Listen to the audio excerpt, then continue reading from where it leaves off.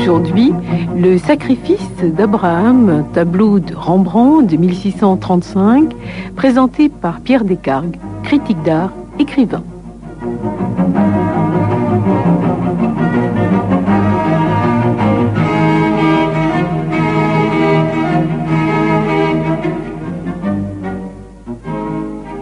On connaît le thème biblique.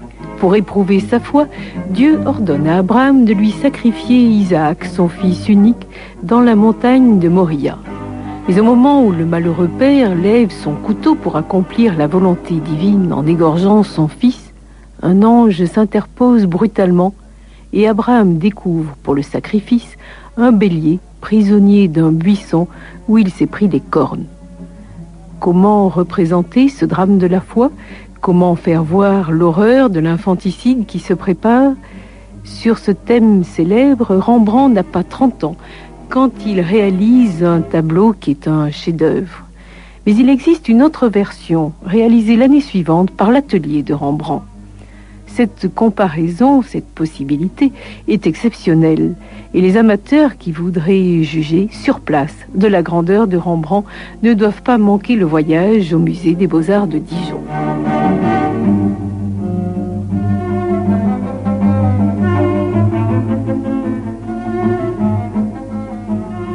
Pierre Descargues, quiconque a eu la chance de lire votre biographie de Rembrandt n'ignore pas la passion que vous avez pour ce maître de la peinture hollandaise, puisque nous sommes ici au musée de Dijon qui consacre une grande exposition à Rembrandt et à ses élèves. Nous avons la chance de découvrir deux chefs-d'œuvre, un chef-d'œuvre en particulier qui vient du musée de l'Ermitage, donc ce sacrifice d'Abraham, avec la réplique qui en est faite tout à côté et qui elle-même vient de Munich, de la Pinacothèque de Munich. Alors comment apparaissent ces deux toiles et comment apparaît en particulier le génie de Rembrandt ? Mais le génie, c'est... Oui, il faut dire ça d'abord pour se débarrasser du mot, parce que tout ce qu'on voit qui est de Rembrandt est tellement différent de tout ce qui est né dans son atelier par ses élèves. Et tout d'un coup, la vision qu'on a d'une pensée créatrice, devient tellement puissante que tout ce qui est autour de lui, tout ce qu'il a suscité, pas tellement intéressant en définitive. C'est un peu décevant, je dois dire. Parce que les Rembrandt en soi, on est devant, on bouge plus. Alors qu'on va voir plein de tableaux après, qui sont bien sûr intéressants. Je dis pas que c'est mauvais, mais sinon c'est, si vous voulez, dire une chose, c'est que Rembrandt a voulu une chose, je crois. Je suis pas à sa place. Il a voulu une chose, il a voulu que la Hollande calviniste, protestante, invente quelque chose qui puisse être comparé à la peinture des églises catholiques. Je pense que c'est ça, et que l'atelier qu'il a animé, toutes ses forces, avec tout son génie, était fait pour produire des tableaux bibliques. Ces tableaux bibliques n'allaient pas dans les temples, bien sûr, puisqu'il n'y avait pas d'image. Ils allaient chez les collectionneurs, et quand on les voit maintenant, ceux des disciples, on se dit, c'est de la peinture, comme ça, comme il y en avait partout. C'est pas de la peinture très bonne, c'est de la peinture qui raconte des histoires, et raconte si bien les histoires qu'on voit plus la peinture. Alors que quand on est devant le tableau en question, le sacrifice d'Abraham, dans ces deux états, alors là, tout change. Je crois qu'il faut être correct avec le tableau de Munich. Il va pas, le tableau de Munich. C'est évident qu'il va pas. Pourquoi il va pas ? Essaye de comprendre pourquoi. Mais évidemment, c'est le même geste. C'est Abraham mettant la main sur la tête de son fils pour qu'il ne voit pas ce qui va lui arriver et qu'il va être égorgé par son père. C'est quand même horrible. C'est l'ange qui arrive. Bon, mais pourquoi cet ange qui arrive a petites ailes de poulet ? Ça marche pas, alors que quand vous voyez la version de Rembrandt, cet ange, on ne sait pas combien il a d'ailes, il est porté par des ailes bleues, des ailes grises. Il y a tout un appareil pour se substancer dans les airs qui vient et qui fait qu'il va prendre la main. Alors évidemment, le même geste, il a pris dans le tableau de Munich, c'est vrai, qui a été fait par je ne sais plus qui, Ferdinand Boll ou un autre, peu importe. Un de ses élèves. Un de ses élèves, en tout cas. C'est passionnant de voir ça.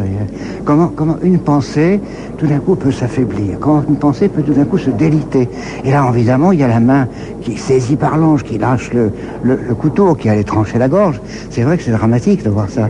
Mais à côté, il y a évidemment, dans le tableau de Munich, il y a le bélier qui est là, qui attend qu'on le tue. Chez Rembrandt, il n'y a pas de bélier. Ce bélier a un œil en plus absolument incroyable. Chez Rembrandt, il n'y a pas de bélier, c'est pas la peine. le drame, il est tellement fort, résumé à ce geste, et le couteau qui tombe, et l'ange qui est là, qui prend la main du vieillard. Et cet enfant qui a confiance et qui ouvre sa gorge et qui a le visage caché par son père, c'est tellement puissant, tellement fort. En plus, il y a le bûcher près. Le bûcher est même dans les deux tableaux, hein. Mais tout d'un coup, quelque chose est là, et c'est une évidence. Et puis il n'est plus là, et puis c'est le tableau de Munich, quelque chose qui va pas, parce que, je sais pas, c'est là tout le mystère de ce peintre qui a essayé toute sa vie, avec ses élèves, de faire en sorte que une peinture calviniste, protestante, puisse aller dans son pays. C'est ça qu'il voulait. Hein.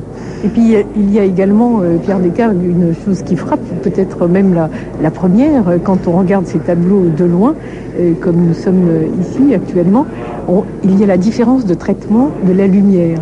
Comment Rembrandt a-t-il réussi à faire assez fréquemment ces lumières dorées qui baignent l'ensemble de la scène et qui donnent une sorte de douceur, de chaleur à toutes les scènes et tous les personnages qu'il peut représenter. Y a-t-il une explication? Non, bien sûr que non. Vous avez dit le génie. Voilà.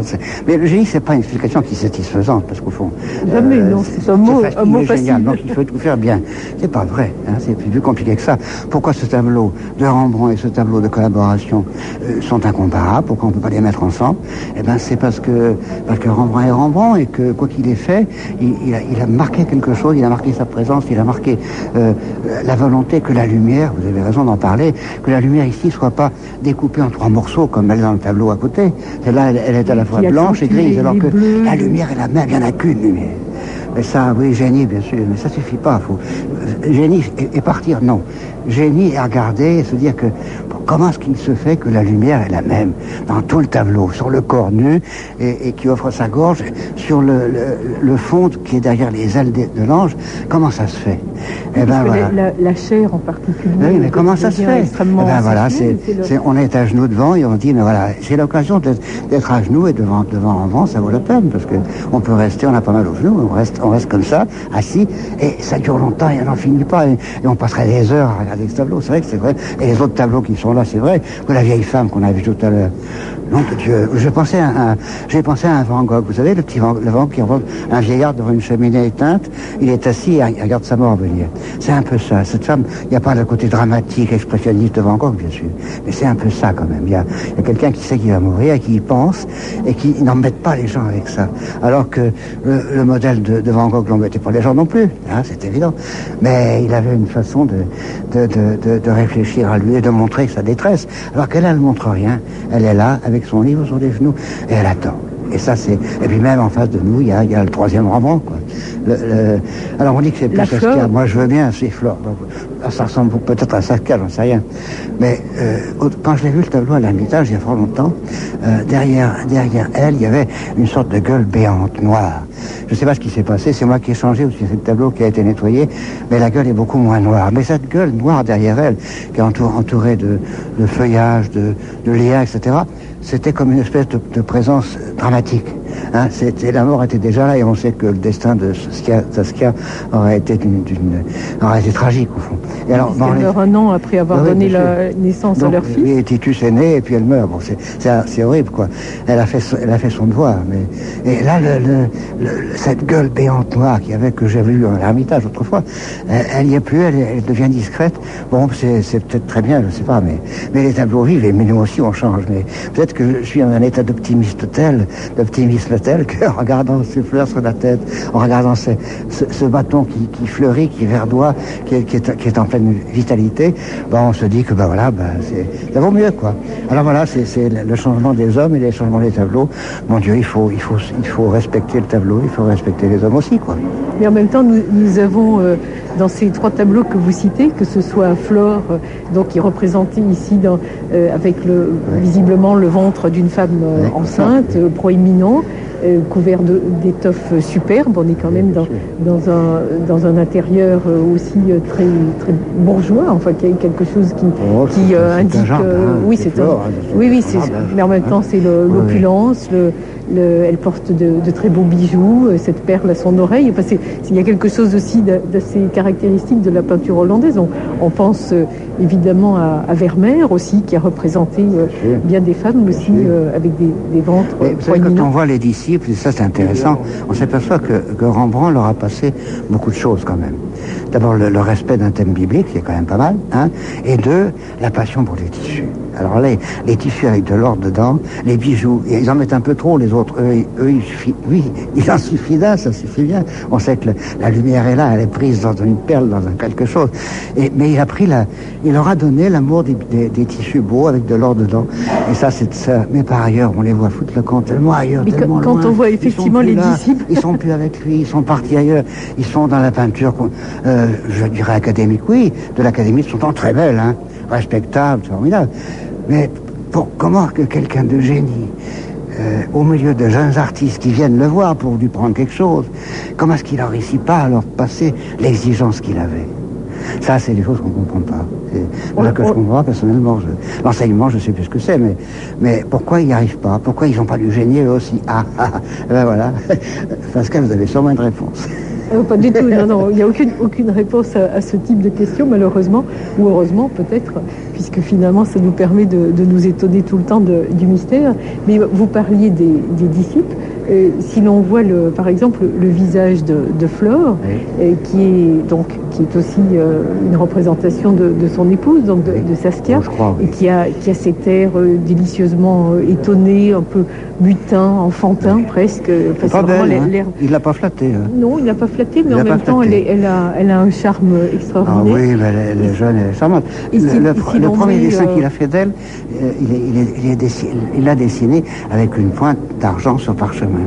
Et il a écrit en bas, ce dessin, je l'ai fait d'après celle qui sera ma femme. Nous étions fiancés et nous nous marierons bientôt. Et c'est un dessin un peu comme un Dürer, vous savez. Il se souvenait de ses précisions médiévales. Et il a fait un visage de Saskia beaucoup plus belle que celle-là, c'est-à-dire beaucoup plus belle, que Saskia n'est là, quoi.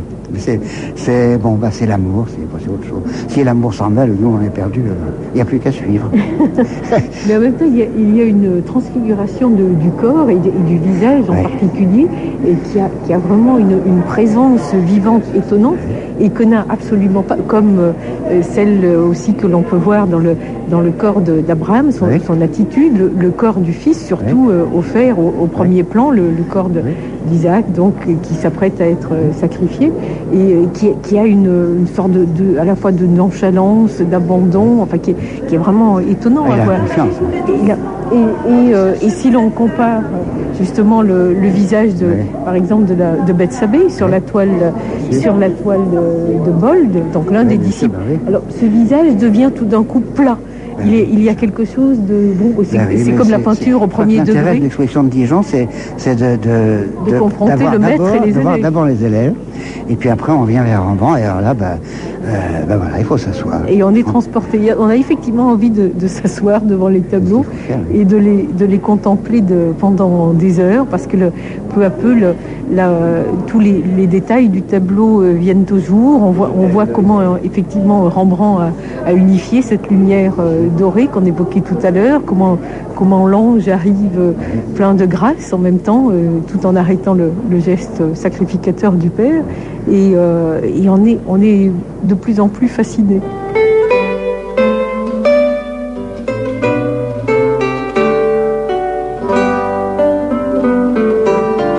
Fasciné sans doute par la présence charnelle de la gorge innocente d'Isaac et par ce couteau, enfin libéré de son poids meurtrier, qui s'envole au centre du tableau. C'était le sacrifice d'Abraham de Rembrandt, un tableau de 1635 venant des collections du musée de l'Ermitage à Saint-Pétersbourg, comparé avec sa réplique, réalisée par l'atelier de Rembrandt, un tableau de la Pinacothèque de Munich. Avec Pierre Descarnes, critique d'art, écrivain, auteur d'une biographie sur Rembrandt publiée aux éditions Lattès.